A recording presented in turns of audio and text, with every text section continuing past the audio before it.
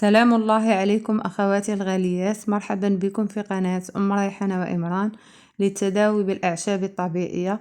وصفة اليوم بإذن الله تعالى هي علاج طبيعي وفعال وقوي جدا للأورام الرحم أو ما يسمى الفيبرون. هذا الطلب يأتيني يوميا وبإلحاح قوي على صفحتي على الفيسبوك من عدة أخوات الذين يعانون من أورام الرحم ومشكلة البطانة المهاجرة. أورام الرحم أخواتي تسبب غزارة في الدورة الشهرية وتأخر الحمل، وتحدث كذلك أحيانا نزيفا كبيرا جدا. وصفة اليوم أيضا صالحة لانتفاخ أو التهاب قناة فالوب أو ما يسمى بالعامية بالقرون. إذن وبدون إطالة نمر إلى مكونات هذه الوصفة. سنحتاج لمكون واحد فقط، لن يخطر على بال أحد، لكن قبل أن أعطيكم المكون ملحوظة فقط: هذه الوصفة تعالج أورام الرحم وليس أكياس الرحم، هناك فرق كبير جدا بينهم.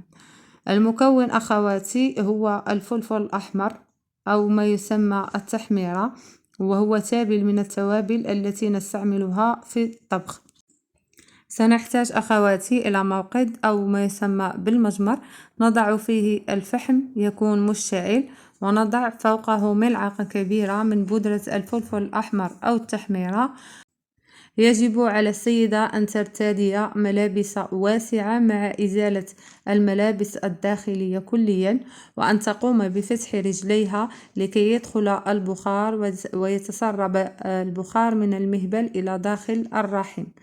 ويفضل أن تستعمل الوصفة في الليل قبل النوم مباشرة.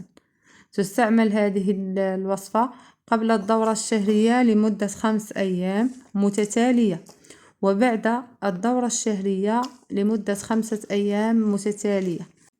وبهذه الطريقة وهذه الوصفة سنخفف أخواتي من غزارة الدورة الشهرية التي يسببها الفيبروم والبطانة المهاجرة، ويسببها أيضا انتفاخ أو التهاب قناة فالوب. يجب أن تستعمل هذه الوصفة كما قلت ل5 أيام متتالية قبل الدورة، و5 أيام أخرى متتالية بعد الدورة الشهرية. وباتباع هذه الوصفة ستجفف الأورام الفيبروم، يعني ستصبح يابسة ثم تسقط مباشرة.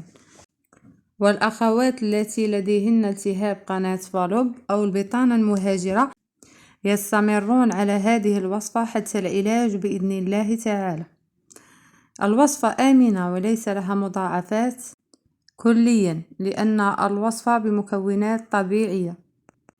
إذن كانت هذه وصفتنا اليوم. إذن لكل من استفاد من الفيديو المرجو دعم هذا المحتوى بلايك والاشتراك فضلا وليس أمرا، ومشاركة هذا الفيديو مع الأصدقاء والأقارب لتعم الفائدة.